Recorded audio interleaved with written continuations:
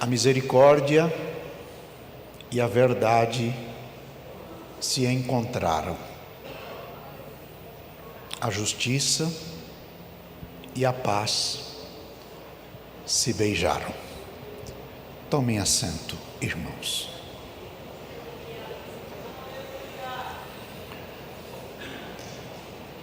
A Bíblia diz que as misericórdias do Senhor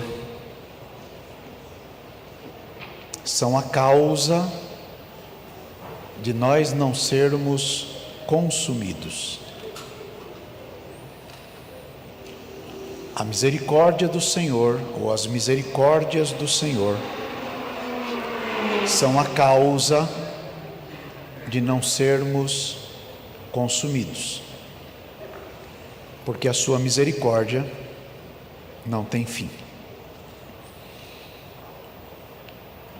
Por que Deus precisa ter misericórdia de nós? Ele é o nosso Criador, é o nosso Pai, foi Ele quem nos fez. Atos 17 diz que Ele é quem dá a todos a vida, a respiração e todas as coisas. Porque este Deus que nos fez precisaria ter misericórdia de nós. A Bíblia nos relata que Davi estava um dia numa caverna, num lugar chamado Adulão, e a oração lá dentro era uma única: tem misericórdia de mim, ó Deus. Tem misericórdia de mim, ó Deus. Tem misericórdia de mim, ó Deus. Começou a juntar pessoas que estavam desgostosas da vida, angustiadas, com problemas os mais variados, e eles ouviam a oração e aumentavam o coro: tem misericórdia de mim, ó Deus. Por que Deus precisa ter misericórdia? No capítulo 3 do livro de Gênesis está relatada a queda da humanidade. A queda da humanidade se deu pela decisão deliberada de desobedecer a Deus. E ao desobedecer a Deus, o ser humano se tornou então distante da presença dele. Algumas pessoas se perguntam: será que Deus não desejava inferiorizar o ser humano para que ele pudesse tê-lo esmagado? E esta pergunta nasceu também lá no Éden, através da serpente. O ser humano decidiu desobedecer ao Senhor numa causa simples.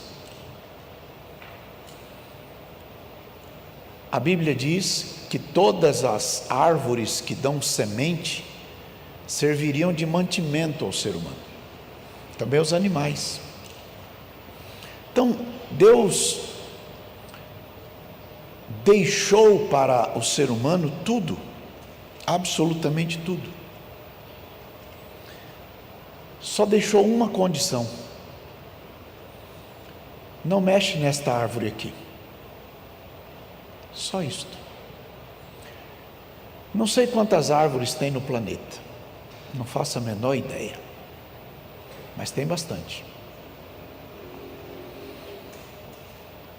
E Deus falou: de todas as outras você pode fazer o que você bem entender, só não mexe na minha. Simples. O problema é que o proibido atrai. E todas as vezes que alguém diz não é bom fazer, aguça, desperta a curiosidade.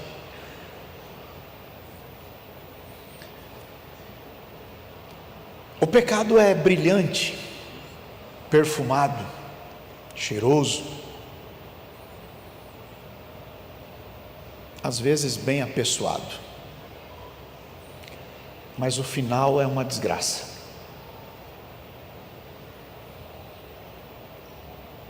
E a única forma de se livrar disto é através da misericórdia de Deus. A misericórdia de Deus é a causa de cada um de nós não sermos consumidos. O livro de Coríntios, capítulo 10, verso 22, primeira carta, tem uma palavra muito dura. Ela diz assim: ou irritaremos o Senhor? Somos nós mais fortes do que Ele? Quando você irrita alguém, você tem que estar disposto ao enfrentamento, porque ao irritar é o mesmo que chamar para briga. E a pergunta é: a gente é mais forte do que Deus? A Bíblia diz que um anjo de Deus, está no Apocalipse, apagou a força do sol. Um anjo. Quando Jesus estava por ser preso, e o Pedro fez lá uma defesa, Jesus disse assim: se eu quisesse, eu falava com o meu Pai, e o meu Pai me mandaria aqui 12 legiões de anjos, das 72 mil anjos.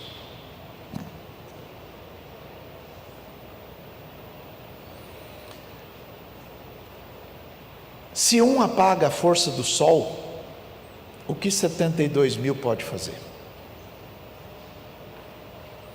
A Bíblia diz que há um momento da história em que anjos estarão nos quadrantes da terra e vão cessar a força do vento. Não dá para brigar contra Deus.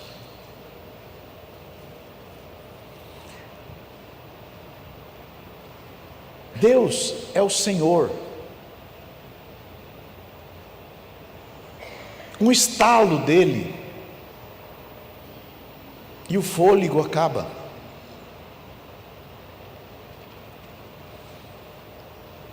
Alguém diz: não, mas Deus é uma força e o diabo é outra força. Não sabe de nada, inocente. A Bíblia diz que o inimigo um dia criou uma engenharia. Eu vou subir acima das estrelas de Deus e vou colocar o meu trono lá, e aí eu vou ser igual, semelhante ao Altíssimo. Deus falou: não vai não. E ele foi expulso de lá. Na saída dele, ele conseguiu arregimentar a terça parte dos exércitos do céu. Foram precipitados.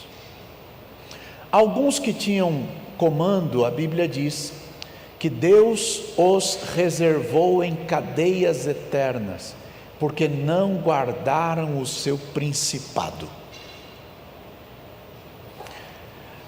A Bíblia diz no livro do Apocalipse que um anjo desceu e acorrentou Satanás. Um anjo. E Deus é o Senhor de todos os anjos. Irritaremos ao Senhor? Somos mais fortes do que Ele? Alguém poderia levantar o braço e contender contra o Todo-Poderoso? Mas o pecado é uma desgraça. E nos afastou de Deus. Bagunçou tudo. Contudo, ninguém pega Deus de surpresa. No livro de Pedro, capítulo 1, verso 20, está escrito que o sangue do Cordeiro já era conhecido ainda antes da fundação do mundo. Antes de existir qualquer coisa, já na eternidade estava conhecido o sangue remidor. Mas tudo depende do seu tempo. E esta questão de tempo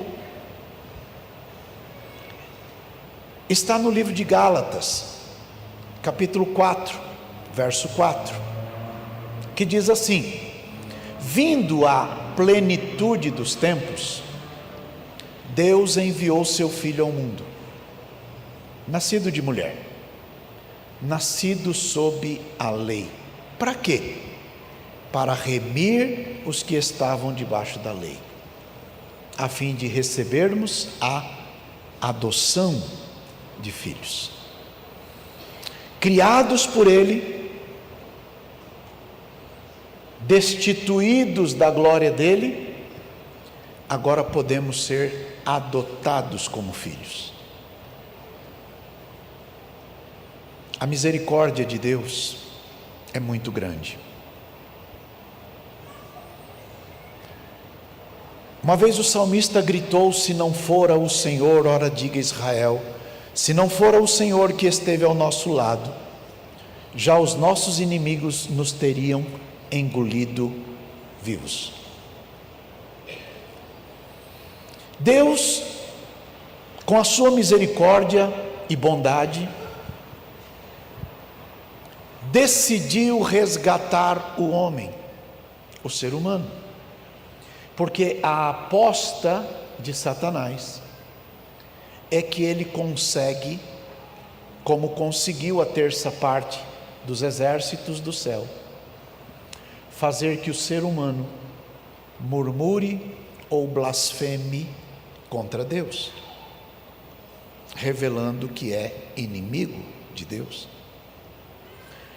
Tem a história do Jó, um homem reto, justo, temente a Deus, se desviava do mal, honesto, um homem que diariamente se levantava para estar diante do Senhor em favor da sua família. E um dia o inimigo vai à presença de Deus, e Deus disse para o inimigo: você viu o meu servo Jó?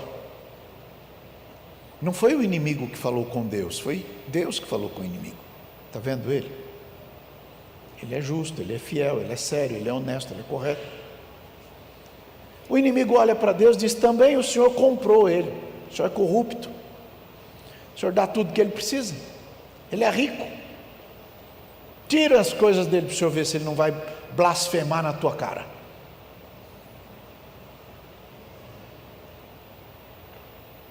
Deus falou: tá bom, vai lá e tira as coisas dele, mas não mexe com ele. Olha para o colega e diga: você acha que o diabo tem acesso livre ao que ele quer? Tem não. Agostinho de Hipona, que os irmãos da Igreja Católica chamam de Santo Agostinho, ele escreveu que até o diabo é o diabo de Deus.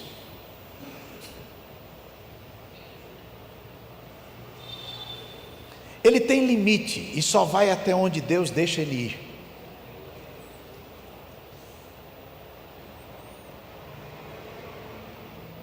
Acabou o dinheiro, o prestígio, o crédito, e o inimigo vai lá de volta e Deus diz: você viu meu servo Jó? Ele era rico, agora é pobre, mas não mudou nada, continua o mesmo. E Deus acrescentou: ainda que me incitaste contra ele, ele continua fiel. O inimigo diz também: olha a saúde dele. Vai trabalhar, inteligente. Gente inteligente trabalha. Gente burra, você vai lá e dá 15 mil reais para ele. Ele fica todo feliz e vai na loja e compra um iPhone novo. Daqui um ano aquilo é obsoleto. Mas gente inteligente, ele já fica pensando: como é que isso aqui vai virar 30? Depois 60, para que no dia que ele quiser, ele possa comprar quantos iPhone quiser. Está vendo como ele é saudável, inteligente? Ele vai trabalhar e vai ter tudo outra vez. Deus falou: tá bom, o problema dele é este. Deixou tocar na saúde dele. Mas Deus disse: só até aí, não mexe com a vida dele. Ele ficou doente, uma situação muito complicada. Mas ele disse uma frase que é muito forte. Ele disse: Deus deu e Deus tomou, bendito seja o nome do Senhor. A Bíblia diz que ele não blasfemou com a sua boca, muito embora ele tenha questionado a Deus por mais de uma vez. Senhor, por que comigo? Às vezes nós não temos explicação.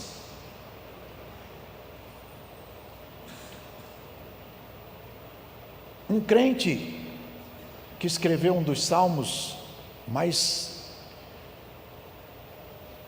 difíceis de digerir, ele disse assim: eu ficava vendo os ímpios prosperando, e como a vida deles é fácil, rouba todo mundo, tira dinheiro de aposentado, faz umas coisas malucas, e está tudo bem com eles. E gente séria sofre. E ele disse: eu fiquei olhando um negócio desse e quase que eu desviei. Como é que eu mudei? Quando eu entrei no santuário, e aí eu vi o fim desse tipo de gente. O final é que vale. A vida aqui é muito curta, e quando ela termina aqui, começa a vida de verdade, a vida eterna. Então a misericórdia é necessária, porque o homem se distanciou, se afastou. No mesmo livro de Efésios, capítulo 1, verso 10, está escrito que Deus desejou congregar de novo tudo aquilo que ele tinha feito. E isto tinha um tempo, que a Bíblia chama de dispensação da plenitude dos tempos. Acho que é assim que está lá, dispensação da plenitude dos tempos. Chegou o momento, e ele fez isto em Cristo. Daí a necessidade da misericórdia, porque não fora a misericórdia de Deus, e toda a geração humana estaria absolutamente perdida para sempre. Então, primeiro, a verdade está num lugar, e a verdade nua e crua é: o homem pecou e está destituído. Destituído é arrancado, é tirado da glória de Deus. Essa é a verdade. Mas a verdade se encontrou com a misericórdia. A verdade é que todo ser humano está perdido nos seus pecados, mas a misericórdia se encontrou com esta verdade. Olha para o colega e diga: a misericórdia se encontrou com a verdade. Faz assim, ó: a verdade que eu pequei, a verdade que eu me distanciei, a verdade que eu fiz tudo que eu não devia fazer, a verdade que as coisas que eu devia fazer eu acabei não fazendo, como disse Paulo. A verdade é que a coisa está feia, mas a misericórdia se encontrou com esta verdade. Levanta a mão aí e diga: ainda bem que a misericórdia se encontrou com a verdade. A misericórdia de Deus veio de encontro a esta verdade, a esta realidade complicada de todos nós. Mas de que adianta este encontro de misericórdia e verdade sem ação? Era necessário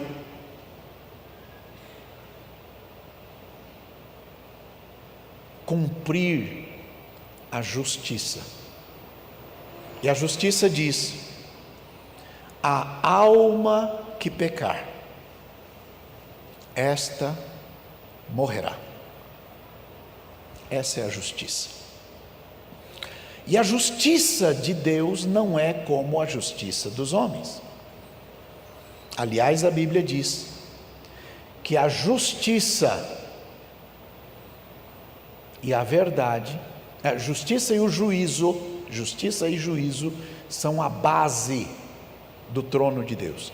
O trono de Deus se fundamenta em justiça e juízo. E se o trono de Deus se fundamenta na justiça e no juízo, a misericórdia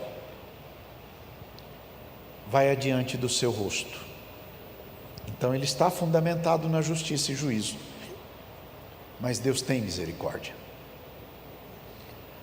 E então, porque Ele tem misericórdia, Ele precisava operar o juízo. Salmo 89, 14. Justiça e juízo são a base do teu trono. Misericórdia e verdade vão adiante do teu rosto. Então Ele, para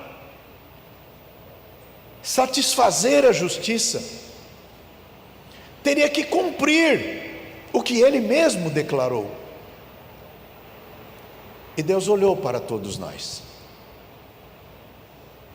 E ao olhar para todos nós, cada um de nós, a Bíblia diz que Deus não viu nenhum justo sequer.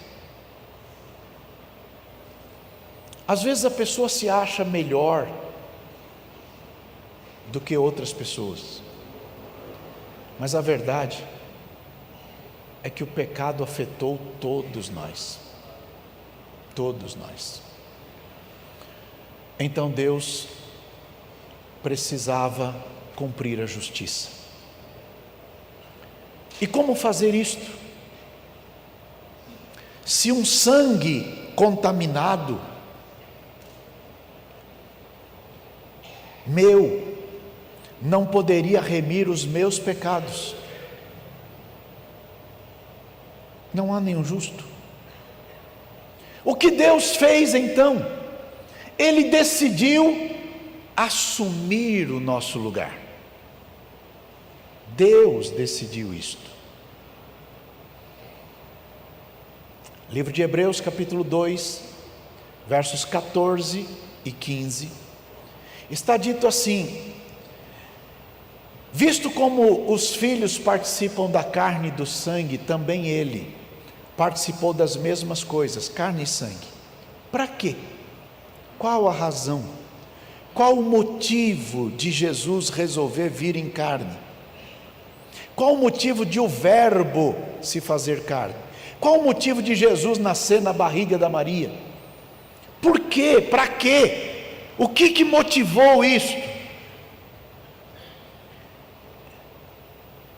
É que para cumprir a justiça,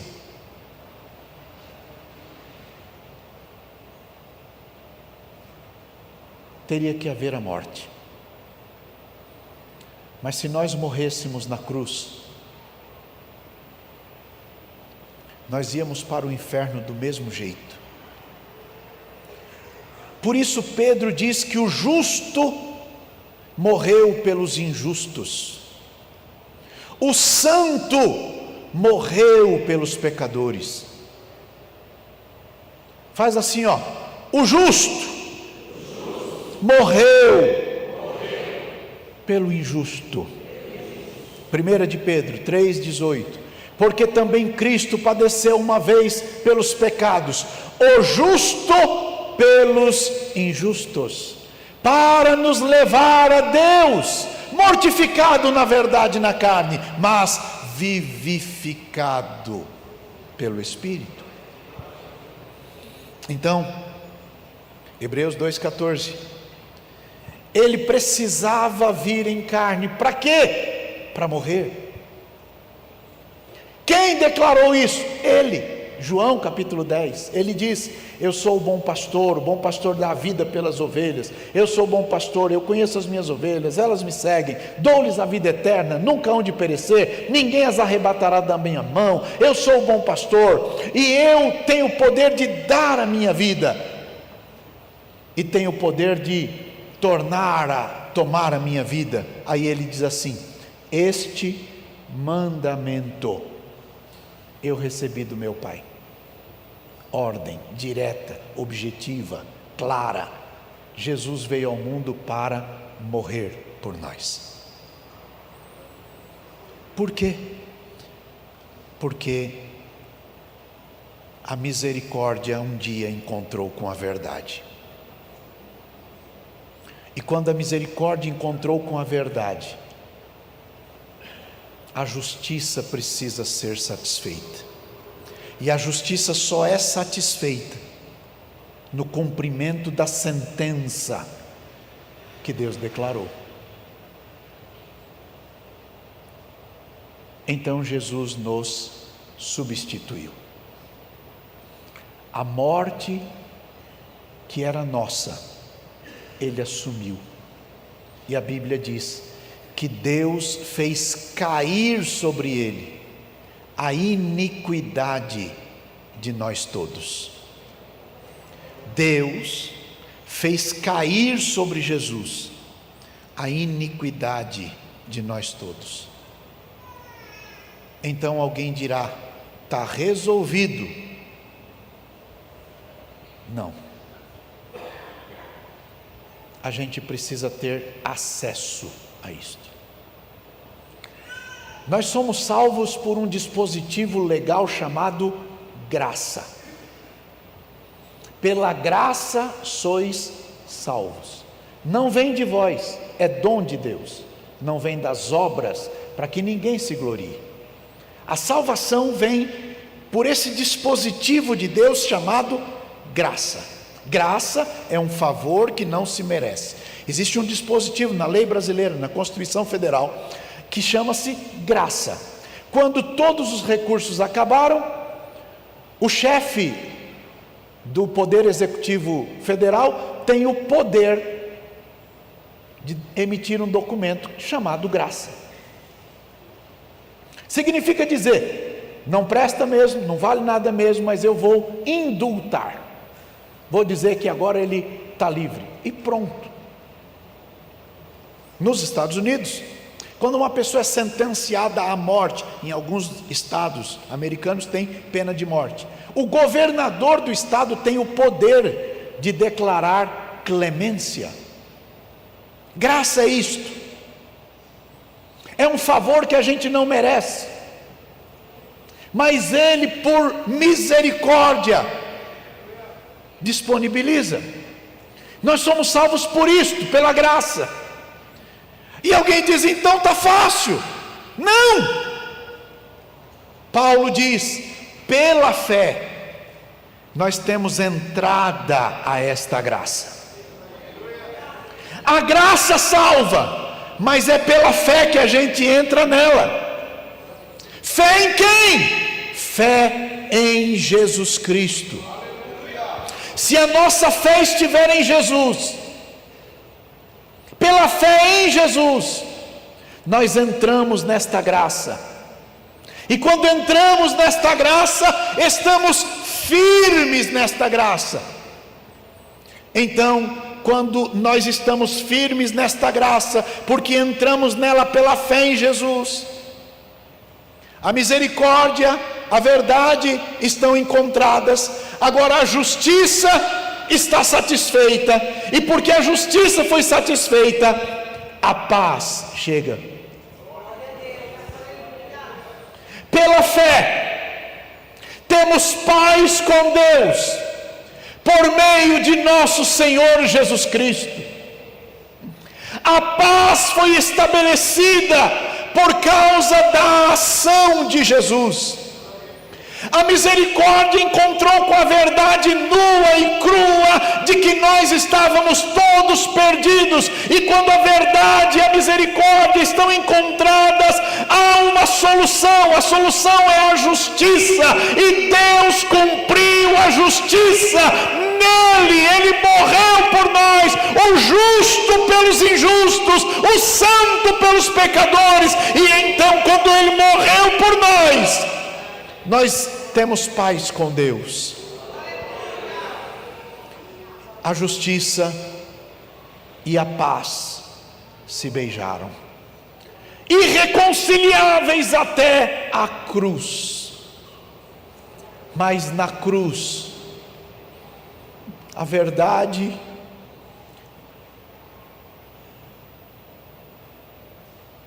foi alcançada pela misericórdia, e a justiça trouxe de volta a paz. A paz de Deus, que excede, que ultrapassa, que vai além, que é maior do que qualquer outra coisa, inclusive o entendimento. Esta paz de Deus guardará o vosso coração e guardará também os vossos sentimentos em Cristo Jesus. Portanto, nós não precisamos mais viver no desespero, na angústia de alma, no tormento da alma, porque um dia a paz voltou. Uma vez Jesus entrou num ambiente onde estavam lá uns irmãos nossos amedrontados, dificuldades as mais variadas, e Jesus, a primeira palavra que disse foi: paz seja convosco. Abraça o vizinho e diga: paz. Paz. Fala bem alto: paz. Paz. Fala aí mais umas 10 vezes, vai. Paz. Paz.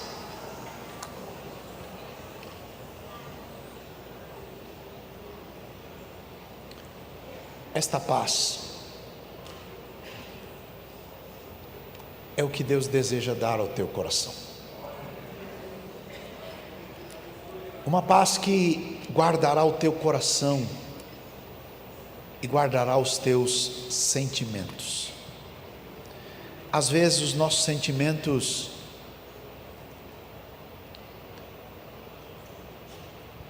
se prejudicam, mas esta paz de Deus cobre isto,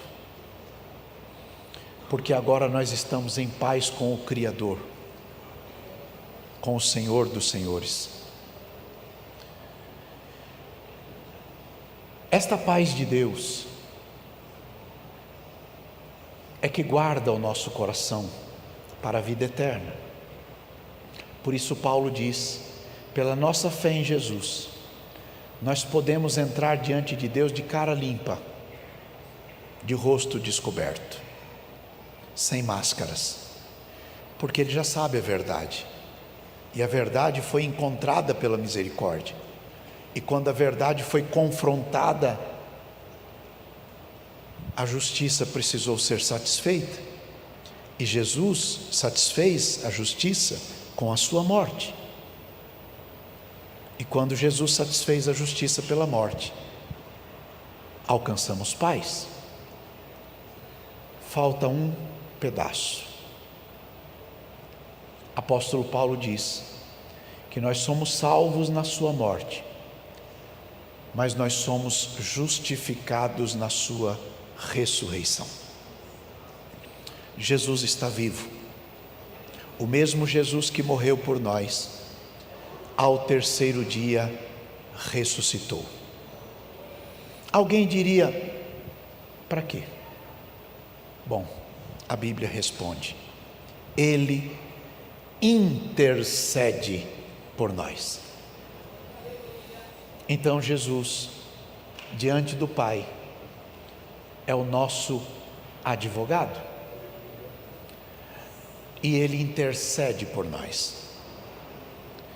A Bíblia diz que Ele, como qualquer outro ser humano, foi tentado nas coisas do ser humano, todas as coisas, e por isso Ele é um sumo sacerdote, que pode se compadecer das nossas fragilidades. Abraça alguém aí e diga: se você não quiser, Jesus nunca vai te perder. Fala de novo, vai lá.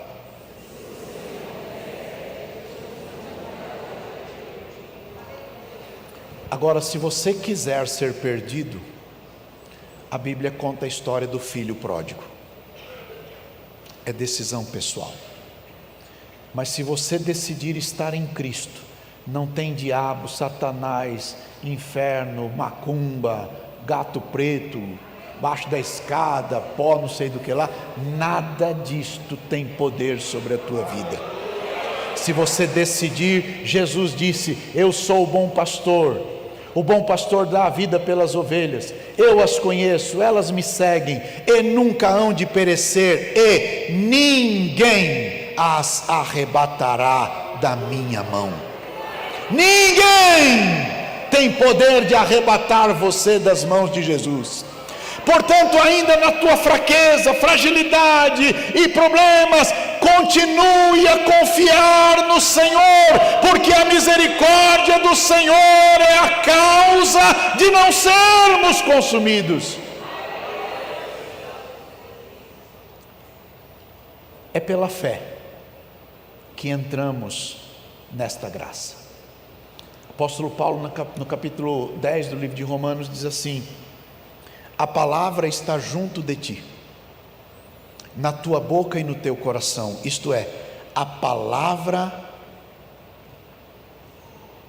de fé que pregamos. E que palavra de fé é esta?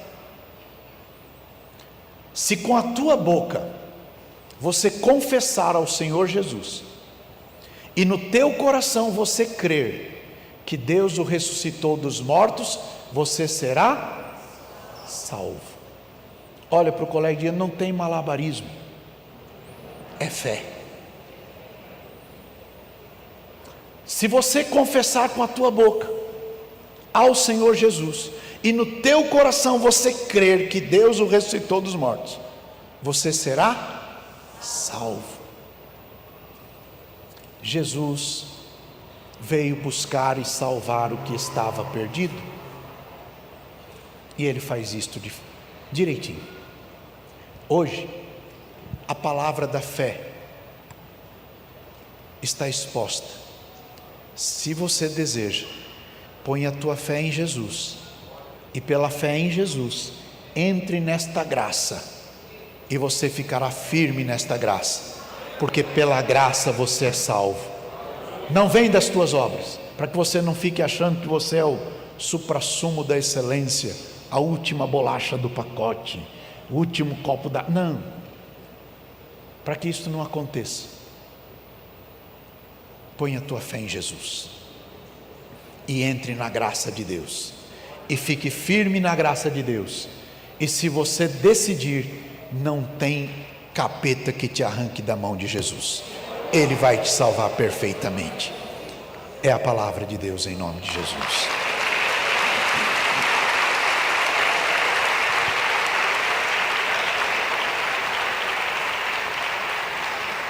Fiquem em pés. Põe a mão no seu coração de novo. Se você ouviu a palavra de Deus e se você a entendeu, fale com Jesus, converse com Ele. Não procure dar aula de língua portuguesa para Deus, isso não cola. Deus pode salvar completamente o pecador que você é, mas Ele vai se afastar do santo que você quer parecer sem ser.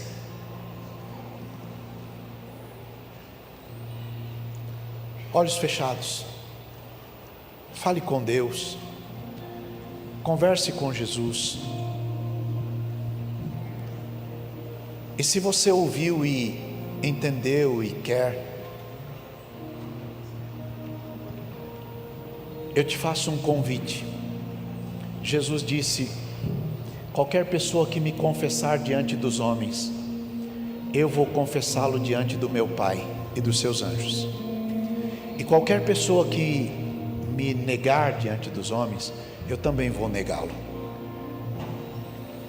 Se você entendeu e quer, deseja entregar a sua vida a Jesus, aí onde você está, sinalize assim com a sua mão, se você quer.